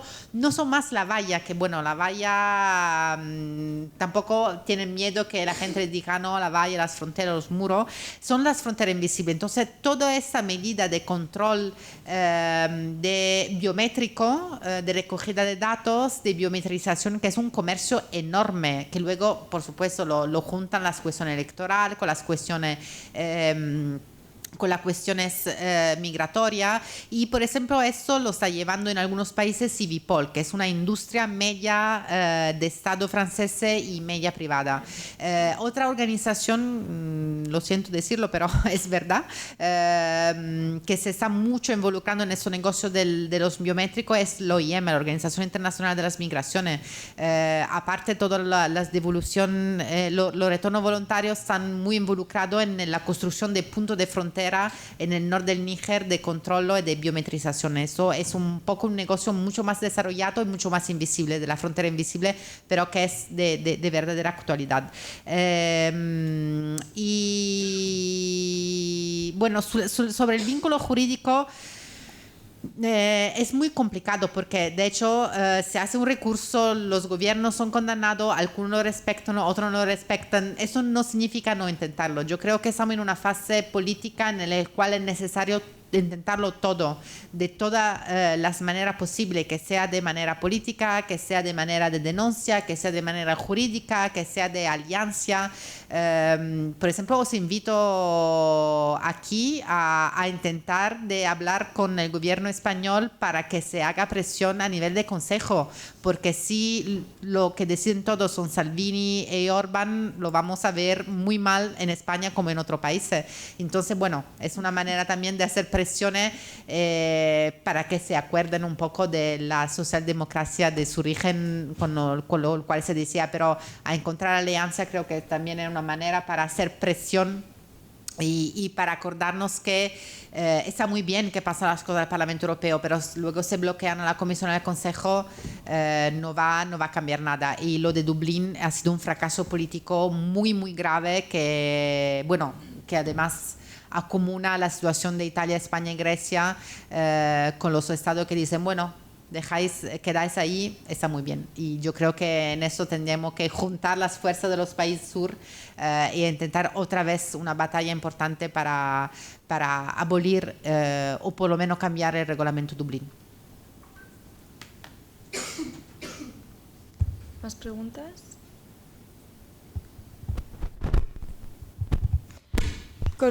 Recogiendo un poco lo que decías, que efectivamente lo estaba pensando que hubiera sido interesante, pero bueno, gracias por traerlo a la mesa. Los efectos del convenio de Dublín, que aquí en el Estado español ha sido bastante sangrante. Hace un año, no me voy muy lejos, no tengo ahora mismo los datos, pero sé que España fue el primer receptor de devoluciones por Dublín.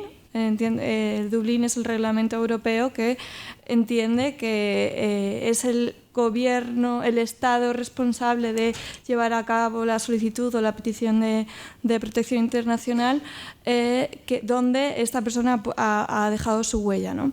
Entonces, lo que pasó en ciudades como Madrid, y que además se convirtieron en invisibles, Madrid, porque básicamente les devolvían aquí, es que la gente se quedó en situación de calle. Sobre todo había personas de origen sirio, familias también, que han estado viviendo en la calle, no es una forma de hablar, han estado literalmente viviendo en la calle porque se encontraron en el limbo. Por un lado les obligaban a salir de Alemania, de Francia, de Holanda, sobre todo estos tres países, y venir aquí, y se entendía que al haber cruzado la frontera española, pues habían rechazado al sistema de acogida. Entonces ha sido una lucha que también, por poner un punto positivo, una lucha sobre todo de las personas afectadas en Madrid y de entidades sociales y colectivos sociales que han presionado legalmente, ¿no? Es un cúmulo de todas estas herramientas que a lo largo de la mesa hemos ido hablando para que puedan volver a tener el derecho como solicitantes de asilo o de hecho o de facto ya refugiados o refugiadas, que puedan volver al sistema de acogida, ¿no? Y fue una problemática, yo creo que muy grave, porque además eso es lo que ha generado, me refiero mucho también a Madrid porque es donde, bueno, pues donde estamos ahora, pero eso mismo generó un propio embudo en el SAMUR Social de Madrid. No sé si visteis, sobre todo a final de año, que mucha gente se estaba quedando en la calle porque los recursos que estaban destinados de la municipalidad, porque el Ayuntamiento de Madrid fue el único que de alguna manera respondió a la situación que se estaba dando con los dublinados, como ya ellos mismos y ellas se llaman, fueron los únicos que respondieron, ¿no? Y bueno, y lo triste también por otro lado es que fue un problema grave, pero invisible en muchos lados, quizás por eso que decíamos antes de que seguimos viendo a la gente que busca refugio aquí como los otros, como ellos, ¿no? No sé si hay más preguntas. Sí. Un segundito, por favor, que te van a dar el micrófono. ¿Habría alguna pregunta más después? Bueno, creo que tenemos tiempo.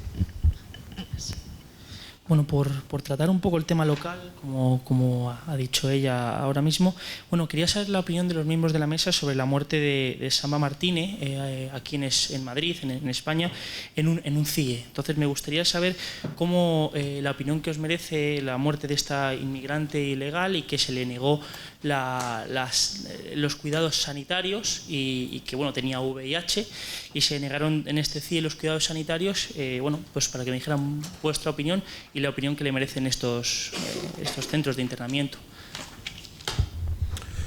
Pues la mía es muy simple, una vergüenza. Nada más. Para mí son auténticas barbaridades estas cosas. A ver, sobre los centros de internamiento yo tengo un punto personal en el sentido que en el 2007 he tenido la suerte, en el sentido que estamos en una fase que sigue ahora de dificultad de acceso a los centros de internamiento por una investigación por la Comisión Libre del Parlamento Europeo de entrar en todos los centros de internamiento español. Y de hecho también lo de Aluche, el CIE de Zona Franca, los distintos CIE a aquella época también de Málaga, de Fuerteventura. Yo salí completamente escandalizada diciendo los centros de internamiento son peores de la cárcel. Y además no existe ninguna fiscalía posible, ninguno que pueda entrar ahí dentro, ver, denunciar. Desde entonces, bueno, me acuerdo que se han levantado muchas campañas contra los centros de internamiento. De hecho, y un poco se sabe más, pero muy poco. Y estamos hablando de 12 años después de aquella época en la cual me acuerdo que además que era interesante, yo venía con una carta del Parlamento Europeo y el solo país donde no querían hacerme entrar en el centro de internamiento fue España. Y al final con mucha presión me dejaron entrar. Y bueno, era divertido porque me veían muy joven, entonces me decían todo lo que pensaban. Bueno, es que para devolverlo es que no podemos no engancharlo porque si no tenemos miedo que entonces justificaban cualquier cosa. Los centros de internamiento es una vergüenza. es una vergüenza europea. Es una vergüenza europea que hemos también llevado afuera de Europa, porque también si vamos a ver, los primeros centros de internamiento en Libia han sido financiados también por Italia. Algeria también tiene centro de internamiento, Marruecos tiene lugar de internamiento. Entonces es una vergüenza europea que hemos llevado, externalizado a la frontera exterior. ¿Por qué digo que es una vergüenza? Porque de hecho son instrumentos de criminalización de las migraciones. Lo que pasa es que cada Estado miembro puede devolver a una persona solo si tiene convenio con esos países. Por eso que existen los fondos de externalización y por eso que se hacen tanta presión. Entonces, el hecho de, por ejemplo, en Italia, que se ha pasado a mucho más, a 9 meses de detención, o muchos países que se prevé la directiva de retorno hace 18 meses, esos 18 meses solo son una criminalización de las migraciones.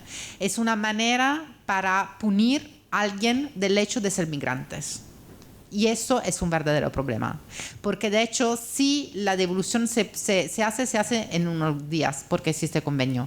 De tener unas personas que tienes problemas de enfermedad, que tienes toda una serie de problemas y que no tiene una verdadera asesoría ahí dentro, es una criminalización de las migraciones verdadera. Y por supuesto esos lugares no tendrían que existir, pero esos lugares son una de las caras de esas políticas europeas que hemos contado hasta ahora, interna y externa del territorio europeo. Y otra razón más para pedir que sean cerrados.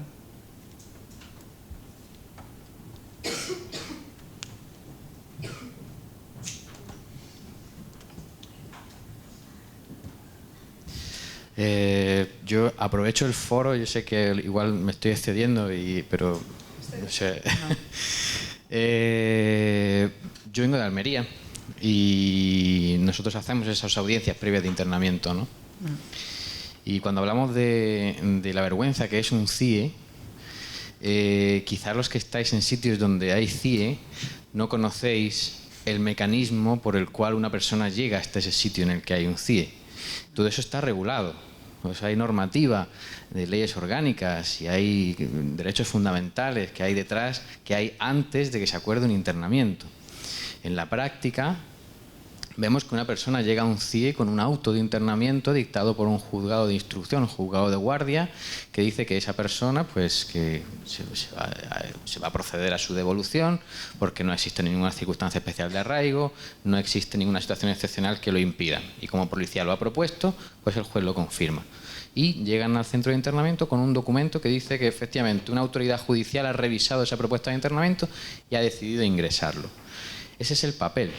Eso es, muchas veces hablando con gente que estaba allí en Bruselas también nos decían, ya es hora de que se sepa que en España se interna la gente con resoluciones que no son realmente motivadas. Es toda una ficción. Y efectivamente, yo os lo puedo expresar como experiencia personal que vivo cada vez que se hace una audiencia previa de internamiento, que en el 90% de los casos, y no digo el 100% porque no puede equivocarme, pero en el 90% de los casos, al menos desde Almería, y me atrevería a decir que en Motril y en Cádiz pasa absolutamente lo mismo, puede ser que en Málaga no, pero en esas otras 3 provincias los internamientos de los ciudadanos de marroquíes y argelinos, porque son los que se están internando actualmente, se producen con autos de internamiento que se dictan con anterioridad a ver a las personas.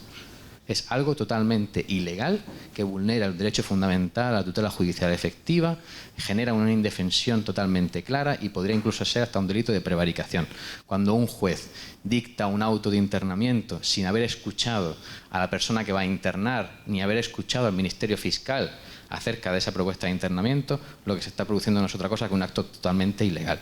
Y eso pasa cada vez que se dicta un auto de internamiento. Sin ir más lejos, yo asistí el fin de semana del 11 de mayo a un grupo de 6 argelinos, uno de ellos solicitó asilo, no se propuso su internamiento, el resto se propuso su internamiento, uno de ellos de 59 y 60 años con familiares comunitarios directos, hijos descendientes de nacionalidad francesa directos, y se aportó documentación, vino la familia y el juez no escuchó en absoluto nada de lo que allí se dijo, ni siquiera estuvo presente hasta que nos plantamos y dijimos, por aquí no pasamos.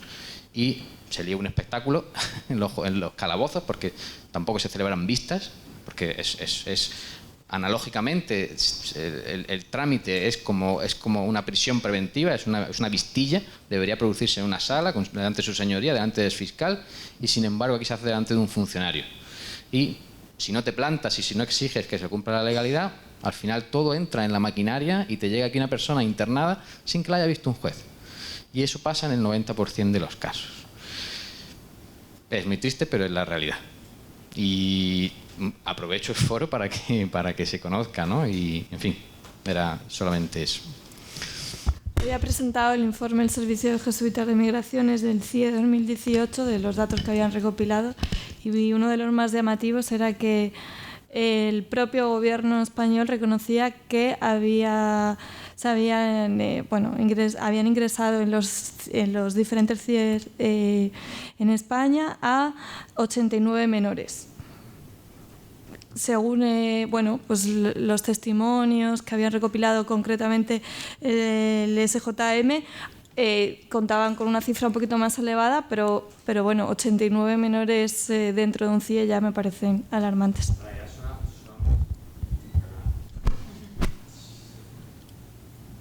Muchas veces lo que se produce son auténticas privaciones de libertad totalmente gratuitas.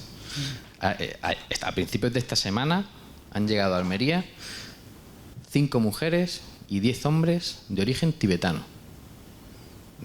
Tibetano. Es decir, yo no controlo muy bien la cuestión del origen tibetano, pero algo de cultura general tengo acerca de eso y me dedico a esta profesión, y entiendo que por el mero hecho de tener un origen tibetano, uno de los colectivos refugiados más antiguos de la historia a nivel de refugiados son los tibetanos. Bueno, ¿qué sentido tiene? ACNUR les asistió y decidieron no solicitar protección internacional en España porque tenían sus proyectos migratorios muy lejos de España, y a pesar de que se les explicó todo lo relacionado con Dublín, decidieron no solicitar protección internacional en España para intentar hacerlo en Francia. Como no solicitaban protección internacional, la decisión de la Comisaría Provincial de Almería ha sido proponer su internamiento. Claro que sí, para devolverlo al Tíbet, como si eso fuera posible. Entonces, es una privación de libertad totalmente gratuita. Cuando la propia Comisaría General de Extranjería y Fronteras tiene dictada una circular, la 6/2014, donde establece una serie de criterios de valoración de las propuestas de internamiento, y una de las claves para determinar si propongo el internamiento o no es una consulta que debe hacer policía a ACNUR acerca del origen de esa persona. Hubiera bastado una llamada a la representante de ACNUR en la zona oriental de Andalucía para preguntarle: oye, ¿crees tú que es conveniente que interne a esta persona? Y no sería algo gracioso, un privilegio que se le da a ACNUR. Es una cuestión normativa o cuasi normativa de la que se dota la propia comisaría. Es una norma interna de la propia comisaría y no se cumple tampoco. Entonces, en ese sentido, se han ingresado 15 personas de origen tibetano en el CIE de Valencia para nada. Si puedo añadir una cosa, yo creo que es justamente eso, ¿no? Cuando yo decía antes, una herramienta de criminalización, de punición y de disuasión, en el sentido, yo lo pongo en centro de internamiento, así que la persona que vienen detrás y que vienen después pueden saber. Un ejemplo muy interesante es Malta. Malta tiene detención por 18 meses por cualquier persona que llega a la isla, solicitante de asilo, migrante. Entonces, el mensaje de Malta desde siempre ha sido esto. Bueno, tú quieres venir a Malta, vienes, va a ser detenido por 18 meses, aunque solicita asilo, no sé qué, no sé cuánto, y luego, bueno, vamos a ver de devolverte o no a tu país. Entonces, una herramienta verdadera de un lado de criminalización, de disuasión y de manera de tener eso. Y luego, la otra cosa es que se están desarrollando los lugares de detención afuera de los centros de internamiento. Bueno, la ley italiana, la nueva ley prevé el lugar de detención en cualquier lugar, le gusta al Ministerio de Interior, pero también los hotspots, esos lugares que sea tanto la isla griega, que sea en Italia, son lugares donde los migrantes que son ahí dentro no tendrían que ser detenidos, no ve un juez, son muchas veces detenidos por meses. Y para acabar con dos ejemplos, uno aquí más cercano, que son Ceuta y Melilla, y el otro son la isla de Samos, Chios y Lesbos, son la misma isla, centro de internamiento a cielo abierto. Con el acuerdo del marzo de 2016 entre Grecia y Turquía, el hecho que los migrantes son bloqueados en la isla y no pueden llegar al continente, eso es un centro de internamiento a cielo abierto. Y también situaciones de, bueno, suicidio, violencia y cualquier cosa. Entonces, la herramienta del internamiento es una herramienta que hace parte con la externalización de medidas de criminalización de las políticas migratorias que son muy, muy preocupantes, bueno, que ya conocemos desde mucho tiempo, pero se están desarrollando. Y solo una pincelada. Justo ya que estaba hablando de las islas griegas, ya hablamos antes que nosotros acabamos de volver con el barco desde las islas griegas y la ruta era Samos, Lesbos y Salónico.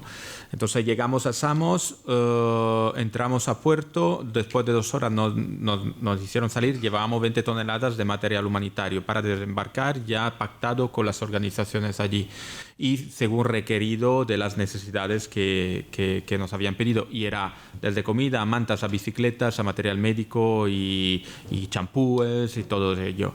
Entonces llegamos a Samos, nos hicieron salir después de 2 horas diciendo que tenía que entrar un buque militar y una vez fuera no nos volvieron a dejar entrar.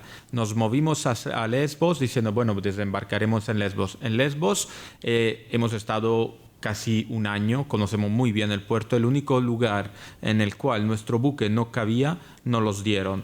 Y fue un poco raro porque empezamos a ver que, claro, quien trata el tema es el agente marítimo, y el agente marítimo había hecho unos errores y unas faltas y unas dejadeces muy raras de entender.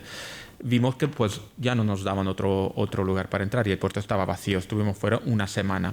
Pudimos entrar solo cuando estaba allí una delegación del Vaticano y yo estuve hablando con un periodista de periódico de los obispos que me decía que estaban allí y yo le pregunté, oye, ¿hay manera de que entremos? Pues 10 minutos después recibimos la autorización para entrar.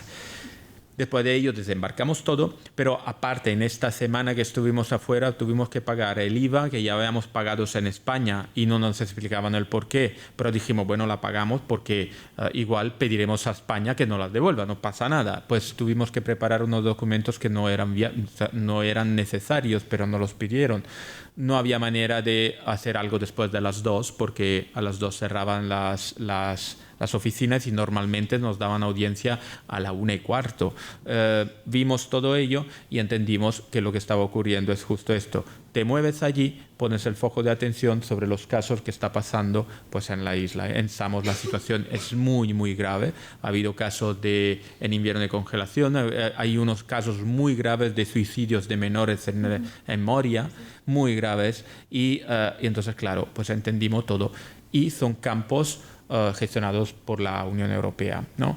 Entonces, vamos viendo lo que pasa en la mar, vamos viendo lo que pasa en los CIES, cómo es la entrada previa en los CIES, vamos viendo lo que pasa en los campos gestionados por la Unión Europea y aparentemente todo vale en el maltrato y en la denigración y las violaciones de las violencias de un colectivo que es gestionado y creado por puros fines políticos, ¿no? Y esto es muy grave y por ello hay que utilizar todas las herramientas necesarias, bien sabiendo que aunque haya condenas como en el caso IRSI, pues luego pues quizá no tengan consecuencias, pero tiene que haberla estas condenas, porque si no vamos de capa caída, ¿no? Muchas gracias. Bueno, Ya nos hemos excedido un poquito del tiempo, pero eso es señal de que estábamos muy a gusto. Yo creo que ha sido un placer. Muchísimas gracias, Ricardo. Muchas gracias, Sara. Ha sido un gusto, porque yo creo que nos vamos con un montón de reflexiones, de ideas, de propuestas también, y que bueno, que ojalá que nos den fuerzas para combatir los vientos que están soplando. Muchas gracias.